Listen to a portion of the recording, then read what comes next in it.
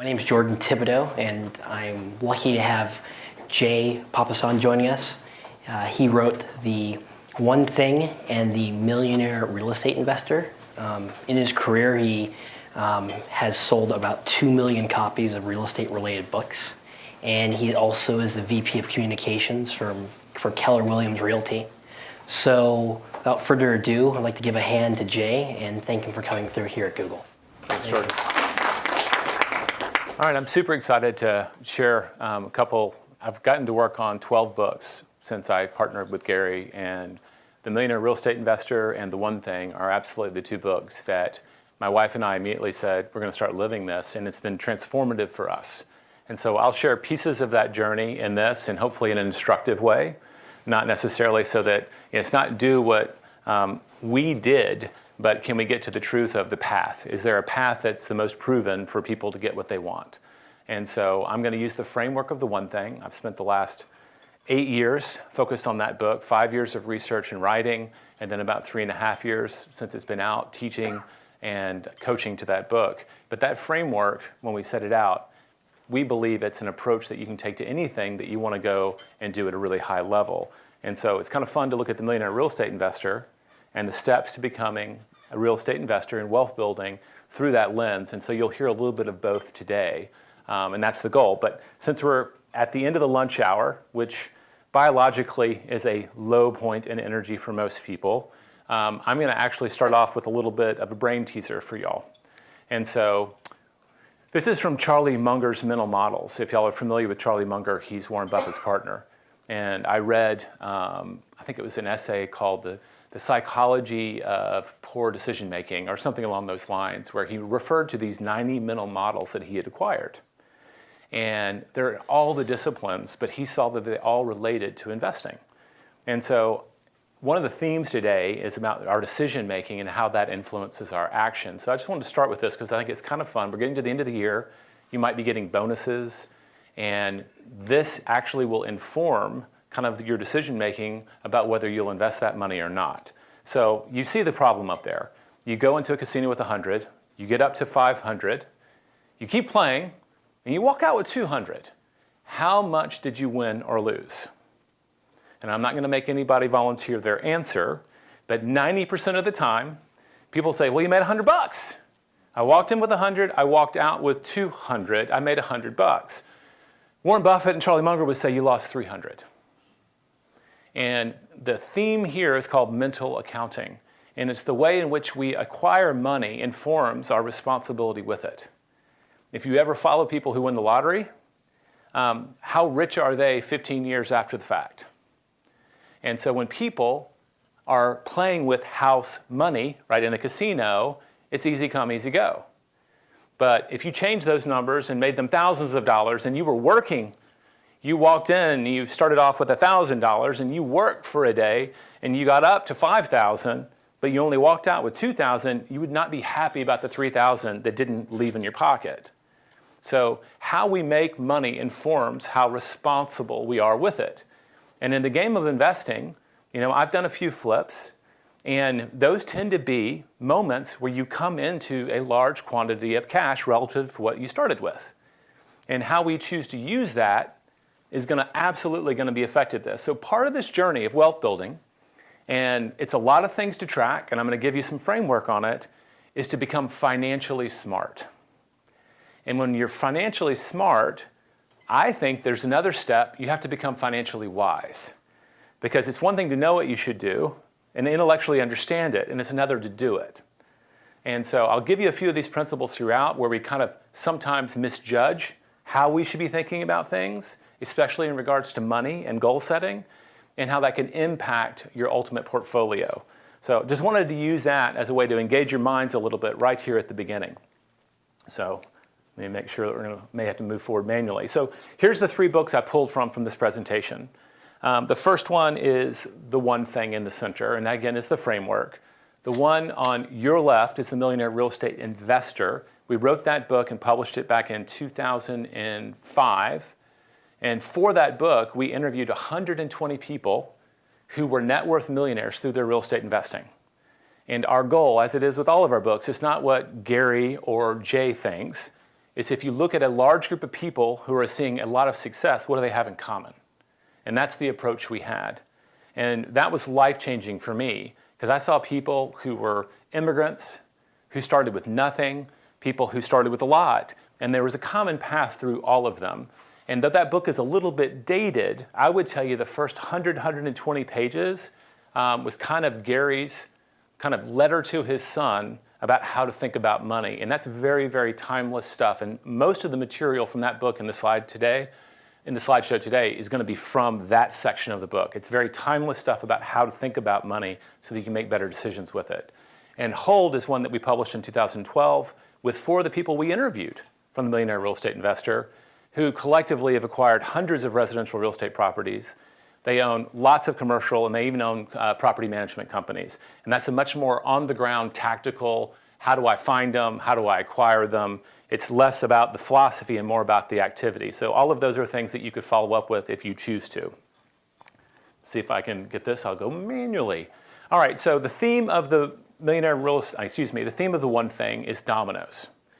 And we chose that because when someone sees the title of the one thing, one of the first things they will tell us is, it's never just one thing. Like, who gets to do one thing? Nobody. But the idea of the one thing isn't that you don't have other stuff to do, it's that you have a clear priority.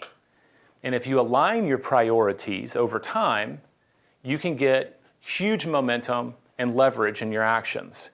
And so the metaphor for us was a line of dominoes. Has everybody here at some point in your life lined up dominoes, right?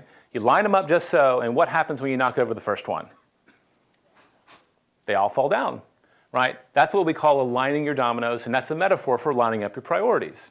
So in researching that book, our researchers found that the world record at that time, in 2009 in the Netherlands, a group actually lined up almost 4.5 million dominoes.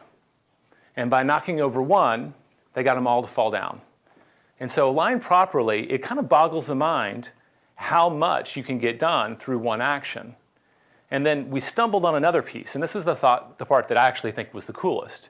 As cool as 4.5 million is, you can find that, I believe it's on YouTube, and it takes about 13 minutes for all the dominoes to fall down. There's a guy named Loren Whitehead, and in the American Journal of Physics, back in 1983 or 84, he wrote an article where he described that a 2-inch domino could knock over a 3-inch domino, and a 3-inch domino could knock over a 4.5-inch domino. And my math breaks down there because I'm an English French major. But you get where it's going. And he built them out of wood. And by the 10th domino, that 2-inch domino actually knocked over a domino that's about 2 inches taller than I am. It was 6'4". And so there is tremendous momentum when you align things as well. So not only can one thing do a lot of stuff, it can actually do more in terms of scale.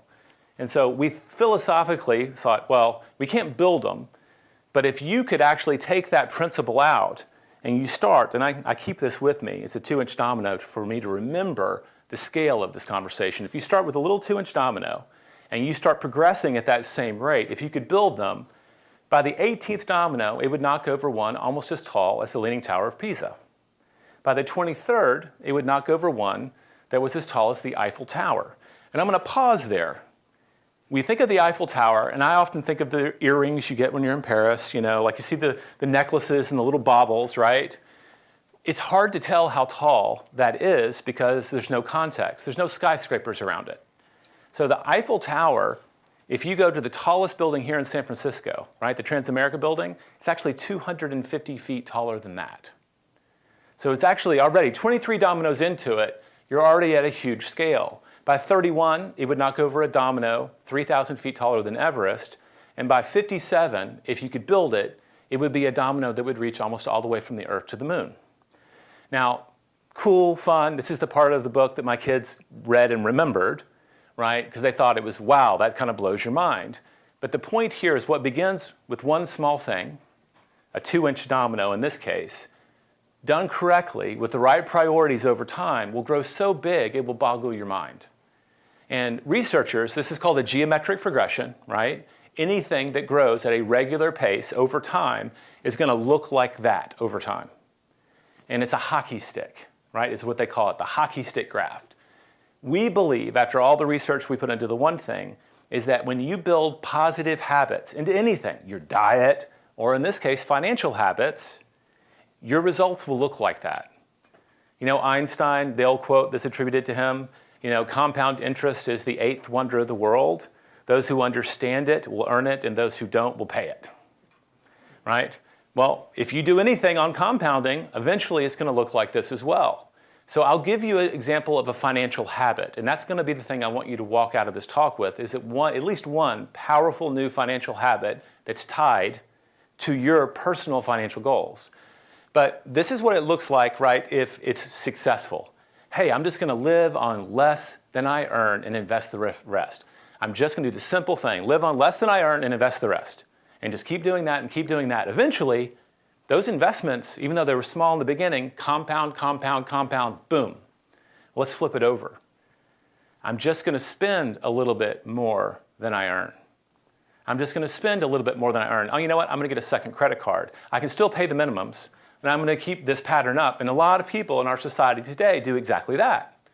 Well, that hockey stick will flip the opposite way, and the most common reason for that is someone gets sick or loses their job, and now you're looking at bankruptcy. And so positive and negative habits actually define us. And so becoming aware of them and being purposeful about building them becomes one of the most powerful things that you can do. And I will tell you, if you're willing to work for your habits, what's beautiful about it is very quickly they will start working for you. Building the habit, the investor habit, which is kind of the main thing I would love for you to walk out of here doing, it's something that's absolutely propelled my wife and I's journey, and it can you too. So taking that, the big takeaway is success is sequential, not simultaneous. If you looked at what my wife and I are doing in our business world right now, like if my younger self would, right? We go back like 12 years on this journey, I would be overwhelmed. There's too much going on. Well, it's just like a kid, right? The first time they ride a bike, it's terrifying. But now all of us, after we acquire those skills, right, it's just not that big of a deal. On the journey, you're going to get bigger too. And the things that seem intimidating today, you're not going to have to sweat them later because you'll have grown along the way and you'll be able to acquire the skills and the knowledge just one thing at a time. It's not all at once. We don't get to be Warren Buffett in a year or even 5 years. He spent a lifetime becoming that, but he was purposeful on that journey. All right, so the principle at effort here, and this is what we want to live with all the time, is the 80-20 principle. We all know Pareto's law. Vilfredo Pareto was the Italian economist who first wrote about 80% of the wealth being held by 20% of the people in Italy. Nobody made a big deal out of that. It was an economic paper, relatively obscure, until a guy named Joseph Juran, who was a quality control engineer, and I want to say he was at GE. They were studying executive compensation, and one of his colleagues remarked that it followed Pareto's law, that 80% of the compensation went to 20% of the people, that there was, equal opportunity but unequal reward based on performance. And he's a quality control engineer, and he's like, wait, that's not just something about compensation or land holding in Italy. This is like a grander principle. He saw 80% of the defects will come from 20% of the flaws. And he built it into his thinking, wrote a book called The Quality Control Manual. And there was a group around the year 2000, the Quality Control Group, that wanted to change Pareto's law to Juran's law. Because he just didn't take credit for it, but he's absolutely the guy who put it out there. I would tell you, and Gary would tell you, that just like gravity, this is a law of success.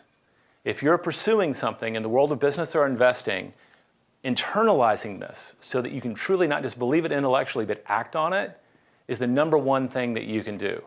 And we're going to apply that to all the stuff that you could be doing as an investor, right? And then the handful that you should to find your priorities. So this, to me, was like the first action item in the book. If you've got a to-do list, right? Here's all the stuff that I'm trying to do. I've got my book list to read, right? I've got the properties, all these things that you're trying to do as a new investor. I remember it. It's completely overwhelming. You don't understand half of it. People are talking about depreciation and cash flow, and your mind's kind of spinning. But the reality is, right now, of all the things that you could know or could be doing, there's only a handful that you should. And so our basic practice and approach is when you look at that to-do list on a daily basis, weekly basis, whatever you do to address it, identify the handful that you should be focused on and then prioritize them. Of all of those things, there's usually one that you should start with. And that is where your energy goes first, and that's the 80-20. That's how it shows up in action. The beautiful thing about getting to work with Gary Keller right? He's now built from scratch the largest real estate firm in the world, is that he lives this. And when we came up with the idea for this book, I knew, I'm getting chill bumps thinking about it. As someone who'd been in publishing for 20 years, I was like, this is his book. This is the thing that he does better than anyone.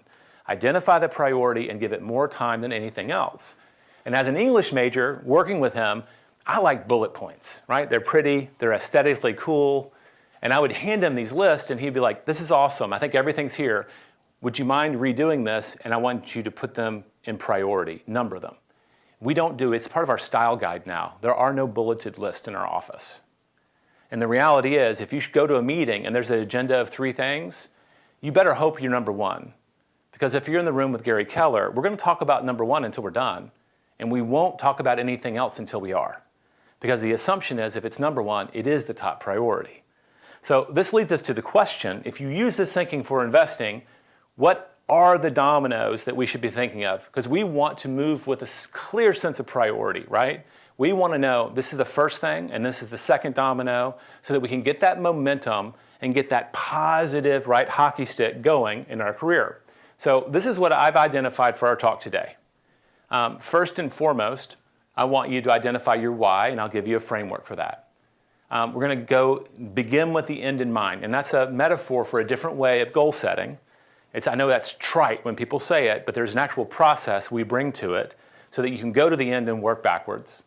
Prioritize your options, and in real estate investing, if you listen to BiggerPockets Podcast, if you read these books, there's a million recipes. There's a million recipes depending on your interest and your skills. Do you want to be a flipper? Do you want to hold real estate? Do you want to go into commercial? There's just so many variations in this game, and everybody will write about it with such authority that they'll say that their way is the only way, right? But you can now choose from them and pick the ones that best match you. I want you to adopt the investor habit, which is an awareness that carries all your decisions forward. And then finally, the number one reason I find that people won't invest is because they don't know how to save money to do it. And I'll give you a very simple way that my wife and I used, and it's how a lot of people in my world to budget without all the receipt tracking and all that stuff so that you'll have a down payment when you find that opportunity. When we were writing the first investor book, I had a seasoned investor. I think he'd been project manager on almost 1,000 flips. And he drew a box on the whiteboard. And the top of the box was open, and the bottom of the box was open. And he says, for every 100 people who go into this box, and the box was real estate investing, he goes, 1 will stick. And I asked him why that was. And he said, number 1 reason is right there. They get it intellectually, but they don't have a system, right? A way to systematically save so they can take action on what they know they should be doing. And I'll try to give you some mechanics around what that looks like. Okay, identify your why. Jordan knows this, my host. He's read some of our other books. When we wrote The Millionaire Real Estate Investor, one of the number 1 takeaways I got from that book was a phrase in there, because a lot of people have issues with money. And the statement that came out of this one conversation that we relayed in the book was, money is good for the good it can do. Money is just a tool. It's neither bad nor good, but it is a tool that's incredibly useful for us to achieve our goals and to make our dreams come true. And so if you're going to be working on this, there's got to be a purpose behind it. And you need to know what that is, because there's a lot of sacrifice, especially in the beginning, if you're going to achieve your goals. So here's our definition of financial wealth, and it ties that purpose into it, right? What is the unearned income to finance your life mission without having to work? So it's unearned income, passive income, so that you can do the thing that you were called and put on this earth to do without having to work. Now, does that mean you need to quit your job? No. Retirement for me is probably going to be a coffin. I love what I do. But when I sat down with my wife and we set our goals, our original goals when we first, we were interviewing these people, and I'd always been thinking, I need to get raises, I need to have higher income, and then I'm interviewing these 120 people, and I'm like, they don't think this way. They're looking at the world at a different angle, and they have clear goals. When we're like, okay, we're going to do this thing. What are our goals? It was $1 million in net worth, and we wanted to make $75,000 in unearned income a year. Because, I was driving an old Toyota Tercel. It eventually had 3 cylinders that worked instead of 4, and we kept driving it. was a nightmare to go up hills. I could not have driven it in your town. But we were willing to live small. And we're like, you know what? We don't need a lot of stuff. We're not materialistic. We like to travel, and we like to eat food. And if we had $75,000 a year and no debt, we'd probably be happy, right? I could go write books that didn't have to sell, do what I love to do, right? But what I didn't want to have happen is I just interviewed someone who literally at her past job would park in the parking lot and cry before she walked into the building. There are people out there that are working for money. And we were both very clear that we did not want to be working for money. We wanted to be working for our passion.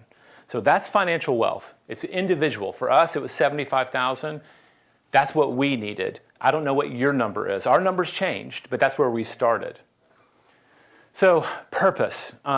Why? What's your big why? Why are you doing all of this? It's a really sticky subject for a lot of people. And frankly, a lot of people want to run the other direction when I talk about it, but it's really important. Most people, especially young people, don't have a clear sense of purpose. I read a stat that only 10% of the population does. So if you're feeling a little out of tune with your ultimate purpose, that's okay. Join the crowd. But there is an opportunity for you to get more in tune. In our research, I read a book. I want to say it's by Timothy Haidt, H-A-I-D-T, called The Happiness Hypothesis. And he told the story in there of the rider and the elephant. And it's a metaphor for finding purpose. And so everybody here, hopefully, you've watched National Geographic or one of those nature shows, and you've seen the little kid riding an elephant through the jungle, right? 40-pound kid, 1.5-ton elephant. And the author posed this question: if the elephant chooses to go in another direction, is there anything the rider could do to stop it? From a pure physics standpoint, the answer is clearly no, right? It's just not going to happen. So the aha here is that the reality is the rider is not in charge, the elephant is, but chooses to go where the rider wants to go. And he said the thing we need to take away from this is in life, the rider is up here, and the elephant is in here. And so when I read that, I was like, oh no, because I'm very, very up here most of my life. Analytical, cerebral, think with my head. I want to believe the rider is in charge, and I'm not always in tune with what's going on in here, in the heart. Why am I doing these things?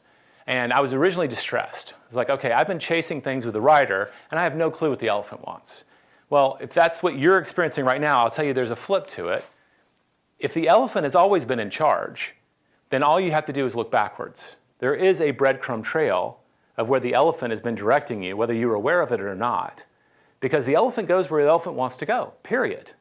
So every choice that you've made that didn't have a gun to your head was made with some influence from the elephant. And for me, I look back.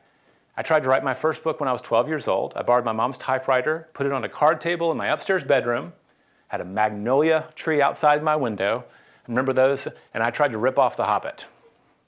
Right? And so there I am, that first instinct. I wrote essays and stories in high school, and my friends would read them at the lunch table, and I would try to be funny. Right? I ended up getting a writing degree with a creative dissertation. Then I got a master's degree. I worked in bookstores to pay my way through college. I ended up being an editor at HarperCollins. And that whole entire time, the elephant is leading me closer and closer and closer, but I never once articulated after that 12-year-old kid left the stage that I wanted to be that writer. It took me bumping into Gary Keller in a bathroom and saying, hey, I hear you're writing a book. Do you remember I used to work in publishing? For me to jump on the right track and become aware of it later. So I think that this is an equation for most of us. You're on the right path. The key is to become aware of it. What is the things that hold it together? If you're not aware of it, it's worth investing a little time, talking to your friends, the people who know you most. Is there a common thread? And you don't have to get it written as some mission statement, okay? You don't have to tattoo it on your back tomorrow. I would tell you, if you don't have a definition, at least get a direction. At the very least, I know that I love working with people, right? I was talking to Jordan at lunch, and the theme that I was hearing from him was community. And I observed how interesting that someone who had such formative community influences in his life as a young person is now working in HR, whose ultimate charge is to create community in the workplace. It makes total sense to me. So becoming aware of these themes in our life can help you articulate that for us. For my wife and I, at the time we wrote it, we just said we want to work for what we love to work for, and we want to have, we called it our go to hell fund. If somebody told us that we were going to now be doing something at work that we absolutely hated, we wanted a go to heck fund, right? We're not going to do that. And I wanted to have the freedom to be able to walk. And most people aren't free agents in life, and we wanted that, and we wanted it badly, because that would inform our marriage and our parenting. So that's a big one. You want to work on that, what is your why? So I'm going to give you some questions to help you. If you have a sense of what it is, I would ask you to ask these 3 questions around it. Why is it important to you? What will it do for your life, right? So achieving that, what does that actually do for your life? And then the third and most important one is, what happens if you don't achieve it? If there's not pain associated with that third question, you're not quite there yet. That's all I can tell you. You know, I got really clear about mine. It's completely cheesy. It's got to do with being a husband and a father. But when I figured that out, it got very, very, very clear for me about why I needed to excel in the office in my writing, because it was connected to something that it would hurt me if I lost. The respect of my wife and be in integrity with my kids. Longer story for another class, but everybody's story is their own. It can be uniquely personal to you, but if there's not pain accomplished to it, it could be very aspirational and very cool, and undoubtedly we'd love being there, but it may not be tied to something that truly matters for you. Begin with the end in mind. Again, this is a statement that gets thrown around a lot. What does it actually mean, and what does it look like? So I was chatting with Gary about this when we were writing the book, and he asked the question, why do we create plans? Why do we set goals anyway? And his assertion surprised me. He just said, look, the only reason we write down goals is to be appropriate in the moment. And I couldn't even digest that information, right? He's like, no, the only reason to have a 5-year goal is to know what you need to do this week. And here's the problem with that. Most of us cannot navigate the giant chasm between our aspirational someday goal, I want to be an author, or I want to be a millionaire investor, or whatever that is, and know how to navigate this day, this week, or this month. And here's kind of the reasoning about why. This goes back to those mental models, right? This is called hyperbolic discounting. So if you look here, if there's tons and tons of experiments on this. If I offered everybody here $100 today or $200 tomorrow, virtually everyone would wait one day for $200. Money's guaranteed, you have to wait one day.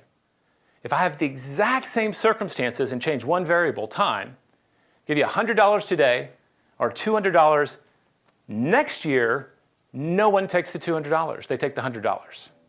What is going on? Show me any investment where I can double my money on an annual basis, and you're going to be Warren Buffett fast. Makes no economic sense at all. So hyperbolic discounting is a really big word for a pretty simple idea. The farther away a goal is in the future, the less motivation it brings to today. It has very little power today to govern our actions. And so how do we bridge that gap? And so this is one of those things where we call it goal setting to the now, which is about taking an aspirational goal, your investment goal, your financial wealth goal, identifying it, right? And then working backwards so that you know how to behave every single week. So you have a someday goal. For us, ours was in 10 years, net worth millionaires and $75,000 a year in passive income. The next step would be, okay, based on that, what would we have to have accomplished in 5 years to feel like we were on track for that? Now, this is crystal ball stuff. Nobody really, really knows, but we had a pretty good guess. This is math. So I think we just took the goal in half. We want to be worth $500,000 and have, what is that, 37.5, in 5 years. Great. Well, based on that, what do we have to have accomplished this year? And then based on your annual goal, what do we have to do this month? Right? You see how we're working backwards? After the initial goal, we don't talk about that. We talk about each stage progressively slower. Based on our monthly goal, what do we have to do this week? And based on our week, what do we have to do today? This is essentially how Gary and now almost everyone in our organization, this is how we do all of our planning. I look at my goals and I've broken them down to an annual goal. Each month I readdress where do I have to do this month, and then each week I look at what are my jobs this week. But it's in alignment to a higher purpose. Now, beginning with the end in mind, I got to interview some amazing people, for the one thing.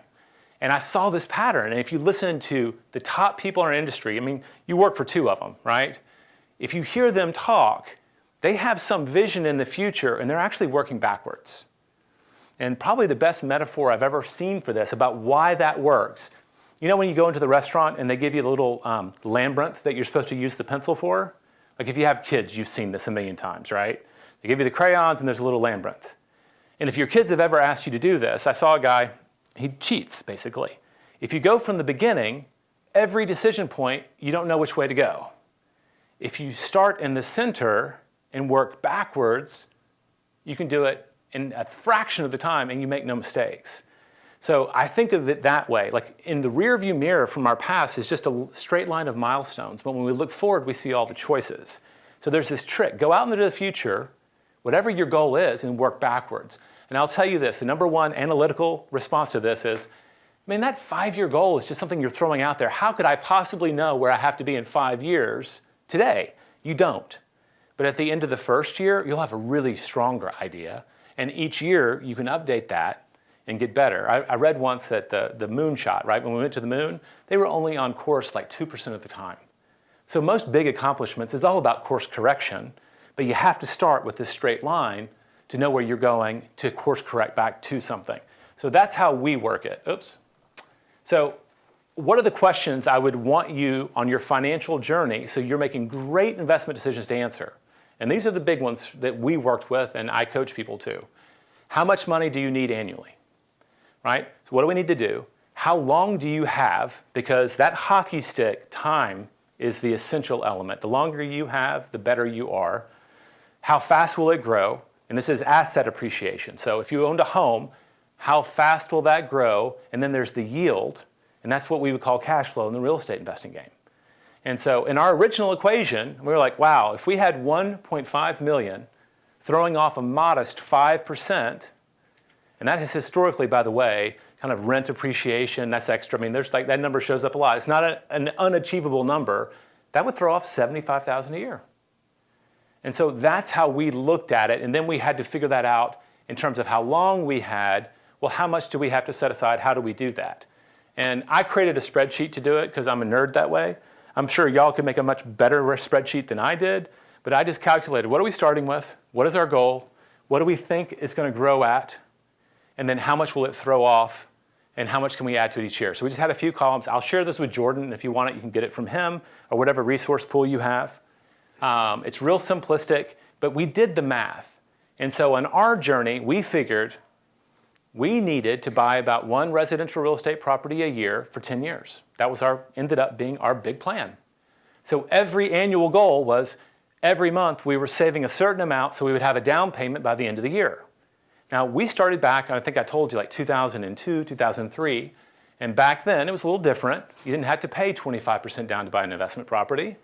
It might be 20% or less, but it was before the bubble. But I remember our goal was we had to save $1,500 a month.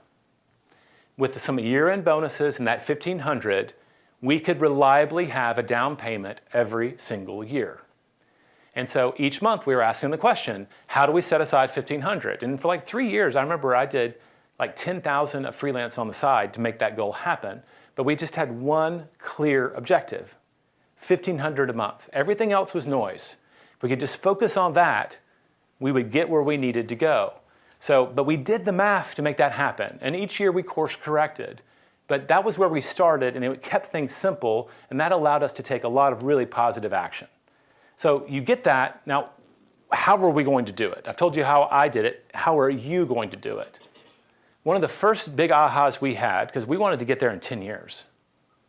You know, we were treating ourselves like we were 40 years old or 45 and wanting to make sure we retired or whatever and could do that. We just wanted to get there fast.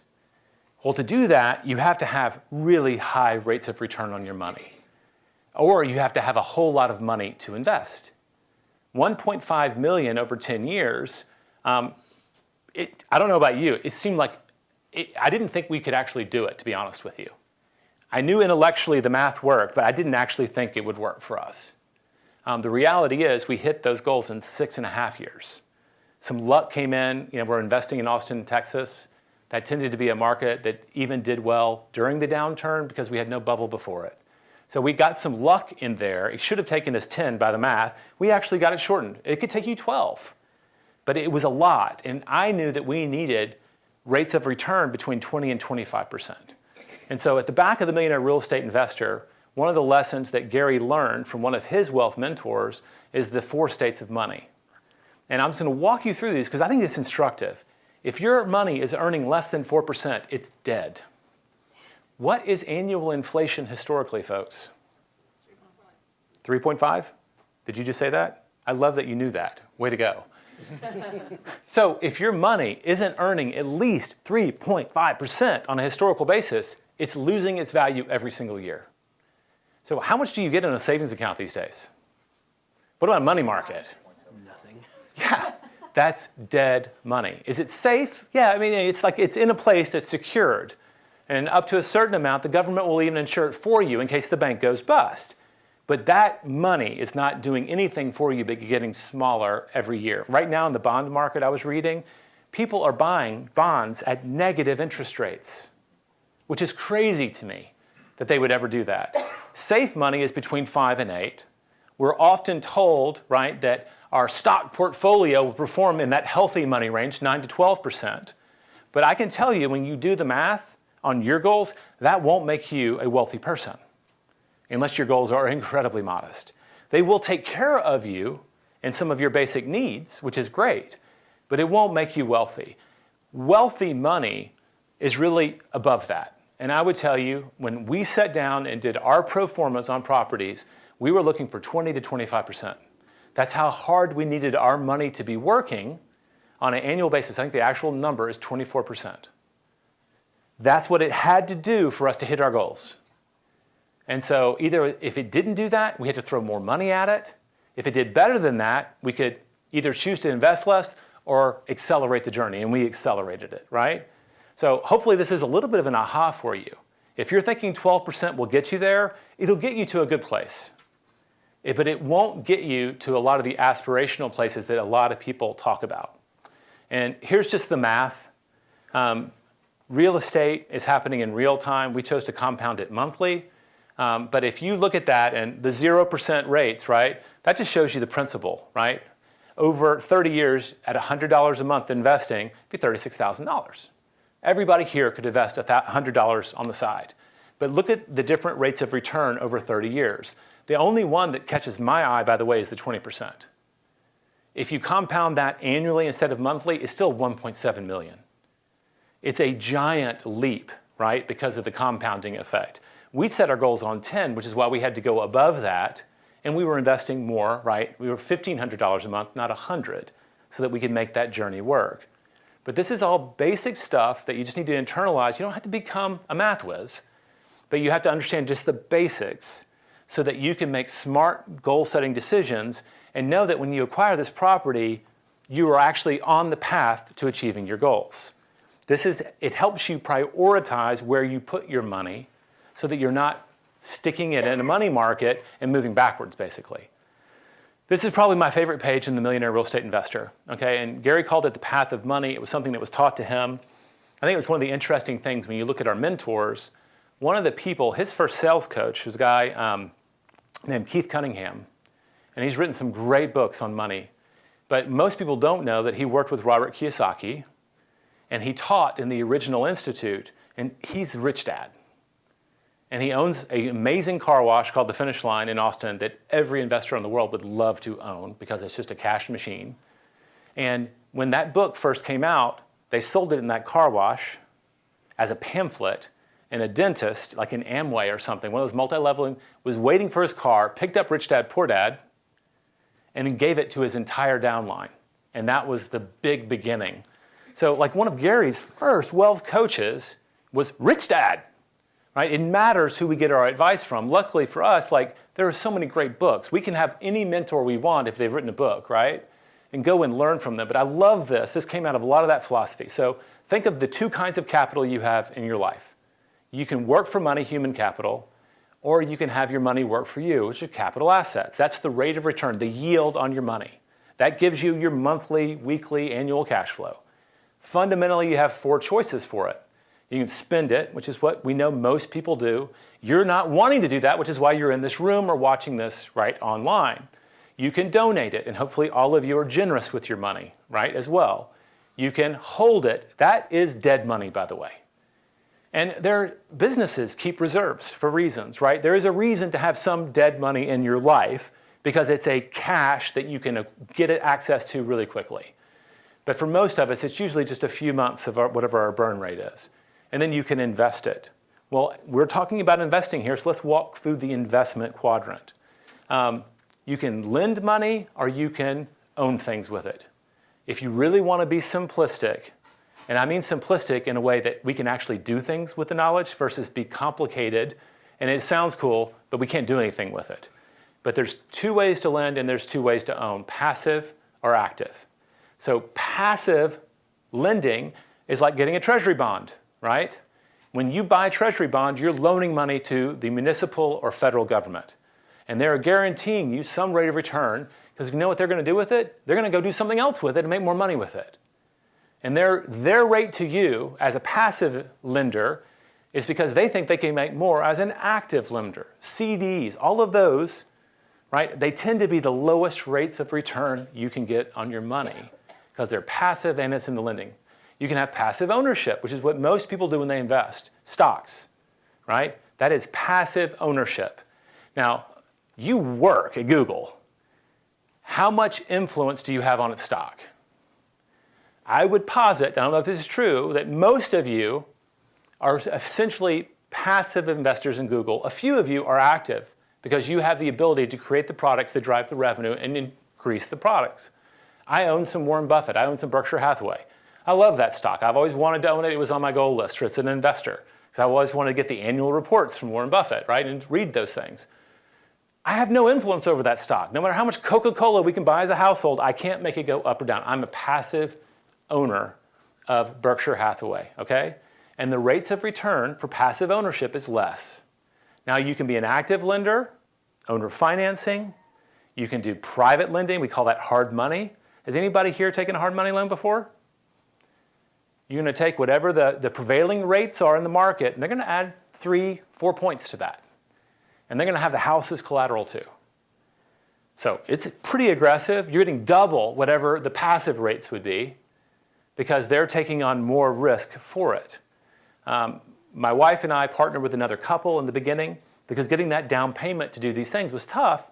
We bought a lot in an appreciating neighborhood. It was an oversized lot that was being cut off of another parcel. We heard about it, we bought it, and we subdivided it. We didn't have the cash, so we borrowed it from another investor who was wanting to get into investing but was kind of afraid to take action. So we guaranteed him a certain rate of return. Back then, I think, because it wasn't that long ago that interest rates were around 7.5%, I think he got 12%. Ended up taking about 2 years, and at the end of this, we sold both lots. The two couples split $60,000 in profit for 2 years. Great investment for us. $30,000, $30,000. How much did the passive lender make? He made like $22,000. So passive lending can be very powerful if you have the cash available to do it.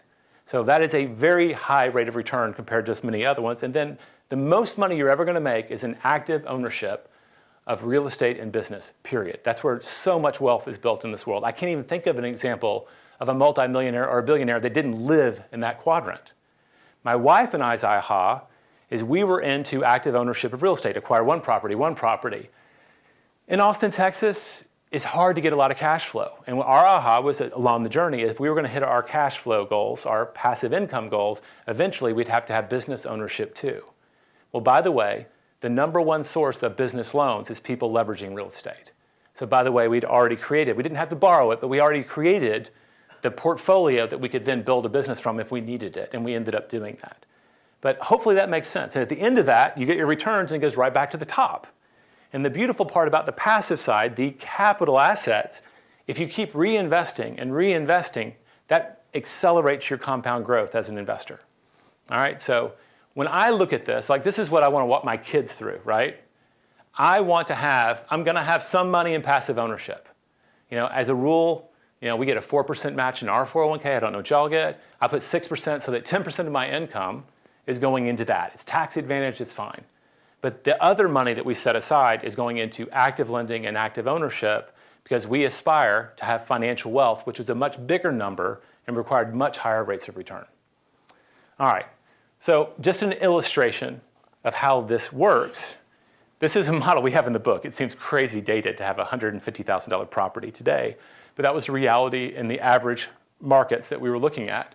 If you bought a property, you have a down payment, it appreciates at 6.1%, which at that time was the 30-year historical average, 6.1%.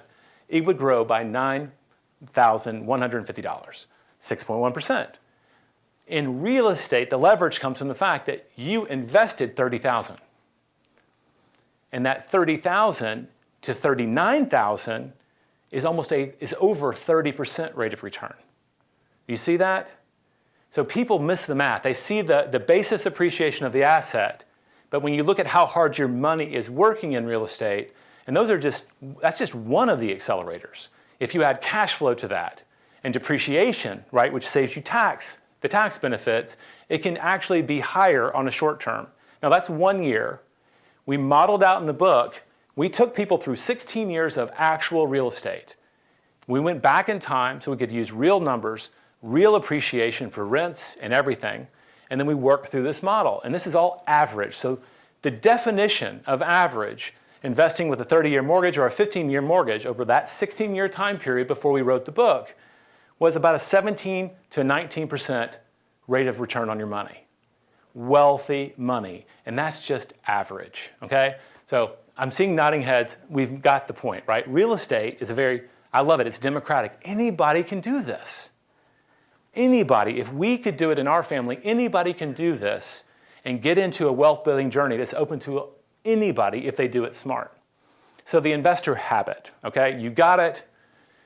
What is the investor habit? And I think we wrote about this in the second chapter of the Millionaire Real Estate Investor.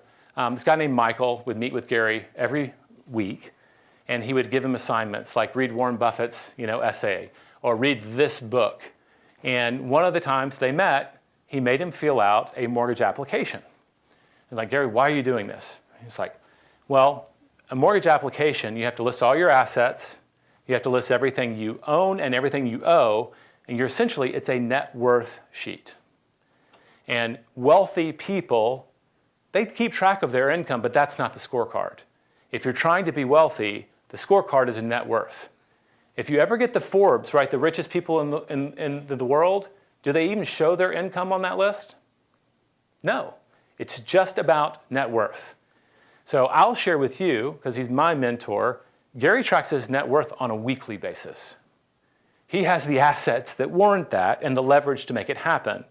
But after we learned this at the very beginning of our journey, and I think we could go back to 2005 was the first spreadsheet that we built, but we had done it a couple of times randomly. We made a commitment in our family that every month we would know our net worth. And back then in 2005, if you owned a couple of properties, you had to call and do the phone tree to find out how much your principal owed was, right? Because every month when you make a payment, there's a small payment towards principal and your net worth goes up.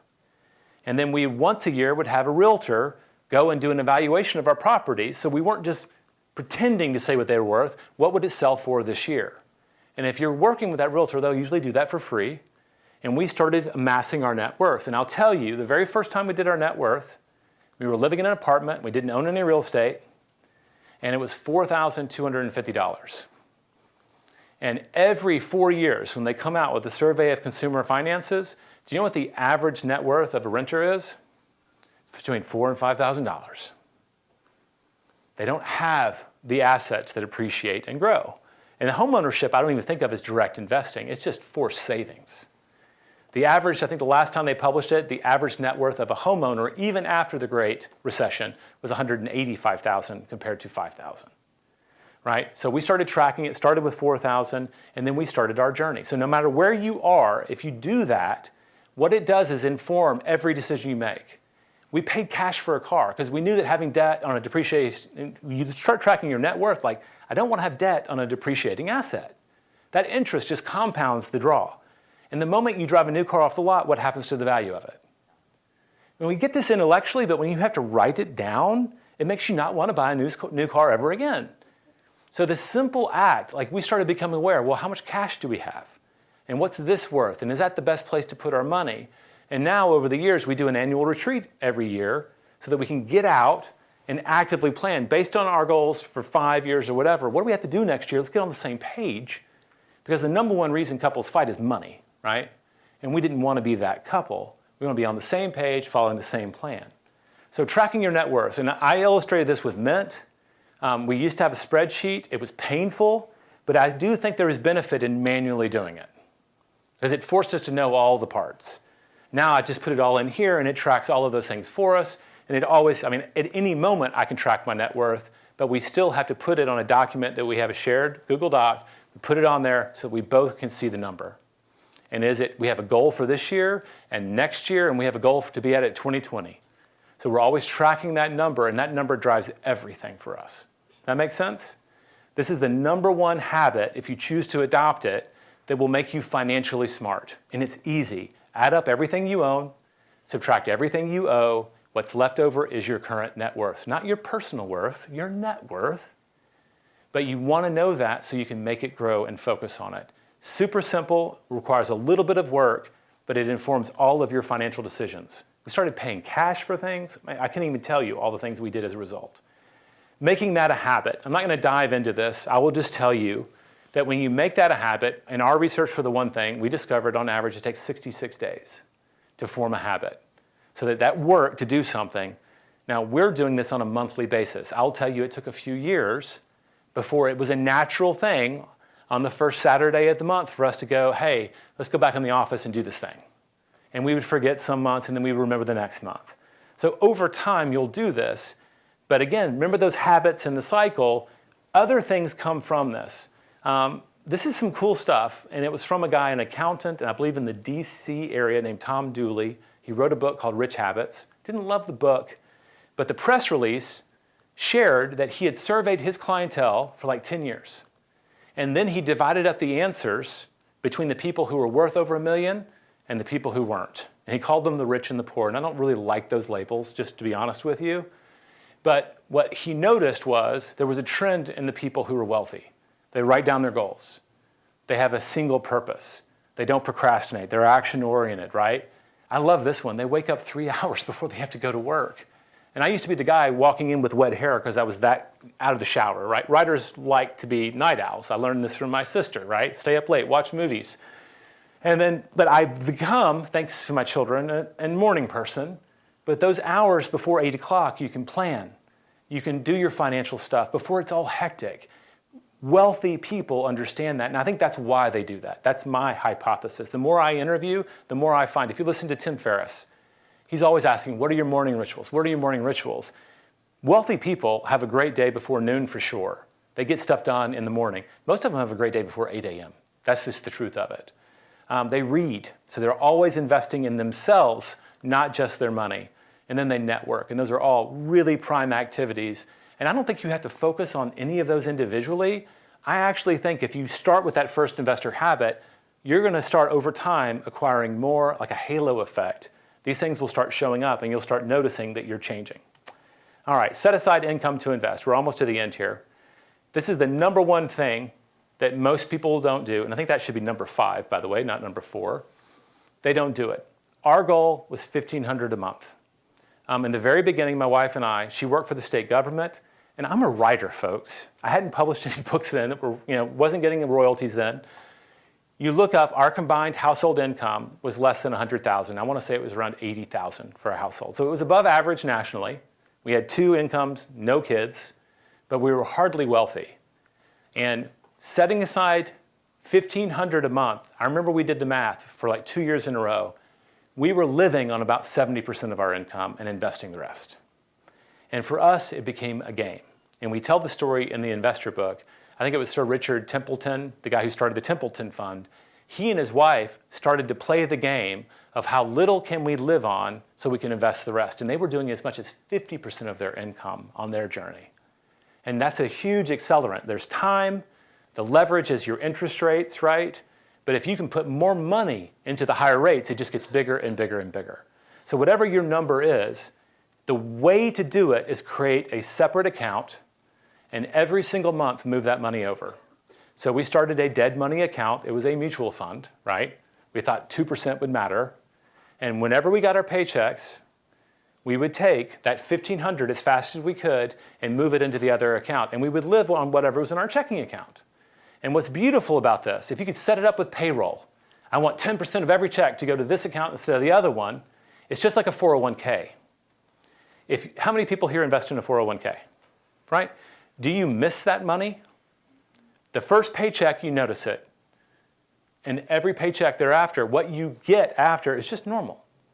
So this is that same principle as you have your operating account, is what a business would have, but you're setting aside this other money. And we set a goal of $1,500 a month. It took a lot of freelancing and extra work to get there. But eventually, we would save up that next down payment. And as we got smarter, we learned how to partner with other people. But we took care of ours so that we could do it on our own. And we're about to get to the Q&A, but I think that if you have that net worth habit and you worked backwards from your goals and you're like, you know what, whether I'm investing in Sacramento or here in the city, whatever your aspirations are, what do I need to set aside every single paycheck so that I know that in a certain amount of time I can reliably have the money to invest in real estate?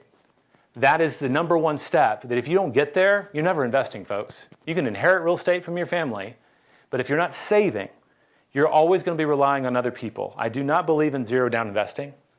Just don't do it.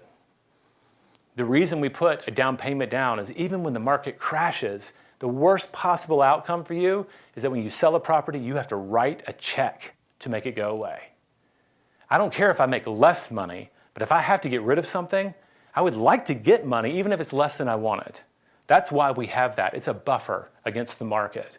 And over time, it grows and grows.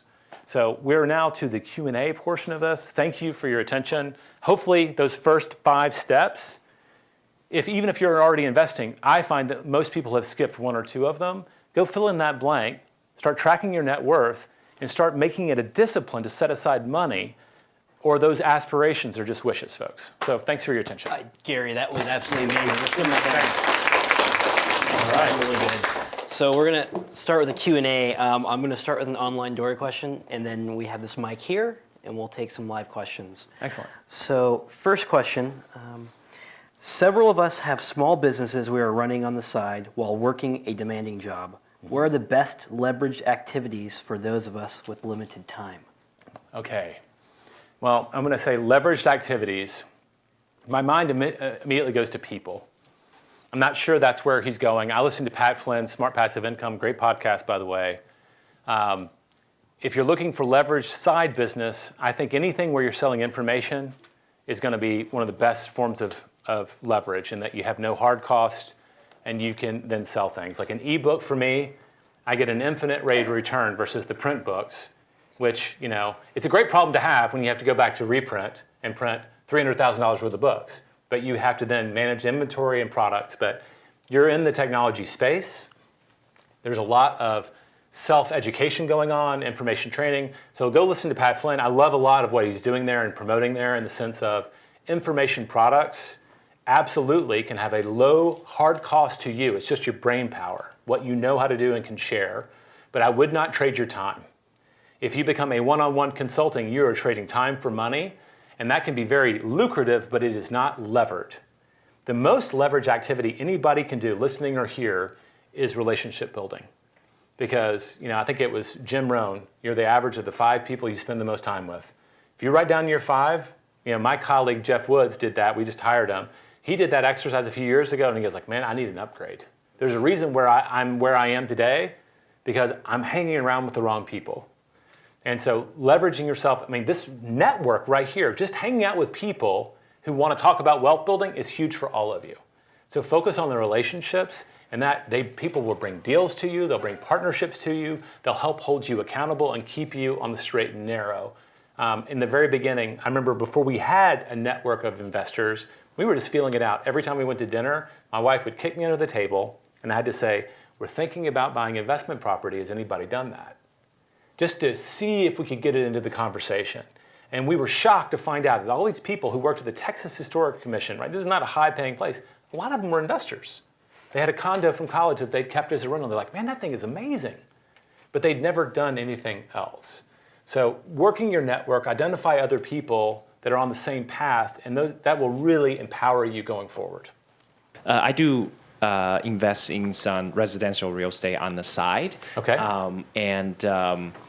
My question is, I do have some debt money right now in the account, and my question is, should I do to use the debt money to pay off the mortgage or part of the mortgage of the properties, or should I keep that money and get ready for the next opportunity? Okay, so it's a great question, and we struggled with this. My mentors, Mo Anderson, Gary Keller, had both been through the Tax Act of 1986, where a lot of investors were just wiped out. And so they knew the value of owning things without debt because they'd lost things.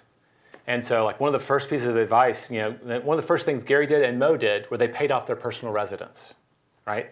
They were absolutely going to build a moat around those things. When you're in wealth building mode, that's probably not the best choice. We're constantly refinancing. We're constantly trying to get the cheapest money possible. We want to get to a safe equity percentage. And when we surveyed our 120 millionaires, the average equity position in a property was 40%, right? Meaning, like they might have paid a down payment and they were letting it ride, but at a certain point, if you own it 100%, there's no leverage left. So your rates of your money is not working as hard. So they would sell it and buy 3. And so that debt is an accelerant on your wealth building journey. So there's the wealth building. We write about this at the very end of the Millionaire Real Estate Investor. And then at some point, you're going to get it into wealth protection, where you're starting to move money into trust in different places and pay off debt so that it just can't be taken away from you. Debt is a massive accelerant, but when things are going down, it levers just the other way too. So I'd say in the beginning, don't sweat it if it's not high interest, like if it's hard money, pay it off. But you've got to be growing at a faster rate than the debt, and it's that spread is where your growth happens. A question from Ardori. My biggest hurdle in getting financing is due to near maxing out my monthly debt to income ratio due to multiple mortgages. Any thoughts on how to get around this and continue to obtain financing while real estate rates are historically low? Oh man, that's a huge problem. That sounds like this person, they own enough real estate now that they're starting to max out their conventional lending. And at different times, that number goes up and down depending on how conservative the banks are being. And that becomes a place where you may have to pay off some debt or move some of the debt off the books. So if you can get owner financing, that doesn't come into play. You might pay a slight spread, but it's not like hard money spread, right? And there are always deals out there, if you're willing to look for them, where you can get a partner, you can pay cash. What's owner financing? Yeah. Owner financing would be, like it happens a little bit more in commercial than in residential, but I've done it twice in residential. You can go in, and they're not really looking to sell. A lot of properties you find, they're not, but depending on where they are, you say, look, I'd like to acquire the property. I can put this much down. Would you like to own the financing? So not only do you get the benefits of selling, right? You don't get all your cash immediately, but now you get to be the bank. And the bank gets to make extra money, and by the way, you have the note. So we bought a ranch with a partner, and we put it on a 5-year owner financing. So here's a guy who had no debt on the property, and they have to have no debt on the property. He now is holding the mortgage and the note. Mm-hmm. And we have 5 years, and that's not counting against our credit rating. So they're into the more advanced end of things. Right. And sometimes you have to be more patient and pay more cash. Oh, getting our microphone back. Yes. Or use a partner. Now, we did this for a couple of investors in the very beginning because we had credit and they had cash. I will use my credit if you will bring your cash. So we bought a duplex with a partner. He paid $25,000 down at the time. We put the mortgage on our credit. We had an operating agreement that protected both parties. And then over time, right, you can choose to refinance that or do something else. So there's creative ways to get around that, but I'd say congratulations for getting to a place where you're there. So that's a great start. Gotcha. So I haven't started my real estate investment journey yet, but doing tons of reading. And one of the exercises I did based upon the Millionaire Real Estate Investment was to start tracking my net worth on a monthly basis. And as I started to do that, I realized a good percentage of my net worth is tied up in retirement investments. Okay. And when I look at that number, it seems inflated because when you actually realize what you could get out of that if you pulled it out today, it's much less. So I started to actually discount that based upon that 10% or so that you have to pay out, plus the taxes you have to pay out. And that gives me a much less inflated number. Is that something you would recommend? Okay, one, I think, awesome. You're being super honest with yourself. And I think that whenever you're starting any journey, having a clear perspective on where you are matters a lot. So I don't think we did that. Because I didn't ever assume that we would take the money out or even borrow against it. We were just letting that money ride. It's technically a part of the number. We're trying to grow the number, but it's not very liquid at all, right? Until we get to retirement age, it's not liquid at all. We did discount our real estate properties. Once we established the value, we always assumed a 7% cost of sale, right? You have whatever you're going to pay the realtors involved in the equation, and usually something that you might have to fix it up, do some landscaping or something. So we discounted our properties, so maybe we can both benefit from that. And we valued our businesses usually at 1 year's cash flow, which is, people roll their eyes at that. This is not so I can qualify to be in some group. It's not so I can, it's not for show purposes, right? If I had to qualify for an investment, I might get an accountant but I wanted to know, like, kind of worst case scenario. So for our businesses and our real estate, we did that. I didn't do that for our, investment accounts. So that's actually, I think it's wise, because now you're working from the worst possible assumption, which means there's only upside for you and there's no nasty surprises. So I like that. I would encourage you to look at all of them that way. And I'm super conservative. Like 1 year cash flow, I'm sure everybody here is like, what are you talking about? But that's the reality in a lot of businesses, is they might be devalued that much. So I'm not going to put too much of our net worth tied up into that. As one's real estate empire grows, overhead becomes an issue. Please give us some tips on outsourcing. Do you have opinions on hiring personal assistants as employees/contractors versus outsourcing wholesale to management companies? How do real estate license requirements factor in for hiring personal assistants? Question. Yeah, that's good. Now, my wife she was an investor for us. Like, I started the journey. She was kind of running shotgun when she stayed home for us to have kids. She became the active investor, managed all of the properties. And then when she was coming back to the workforce, I was like, I do work with Gary Keller. We had this whole real estate thing. Maybe get a real estate degree because you're pretty good at it. And so she got into real estate. So we have licensed assistants. I usually coach anybody who sells real estate that licensed assistants pays off. They can go and open up houses. There's just a lot that they can do, and it's not much extra money. So I love licensed assistants if you're going to have one. And we leverage a lot of our property management through our real estate team. We just made it part of the job description of the admins on our team. And we do the executive thinking, and we wanted to be hands-on for as long as we could stand it. And it's not that much work to rent out a property once or twice a year. And despite the horror stories, we just buy properties with 2 bathrooms, so you never have to call a plumber on a Saturday, right? So, there's tricks you learn along the way to avoid the nasty headaches, right? And we learned a lot so that we could hold someone accountable. We've personally never done property management that wasn't directly outside of our control. And one of the things that Gary told me was, wherever your money is, you need to be there too. Like, there's no such thing as truly passive income that you can count on, because if you really leave it, someone's going to take it from you if you're not careful. We read about this every day, people who made fabulous amounts of wealth they trusted their advisors too much. They weren't present with their money. They don't have to be an expert, they have to be present. So we took that attitude very seriously. We will get to a place. I would just say I would take a lot of referrals if you're going to leverage it out. It's hard to find a great property management company. I know a few people who own them and run them.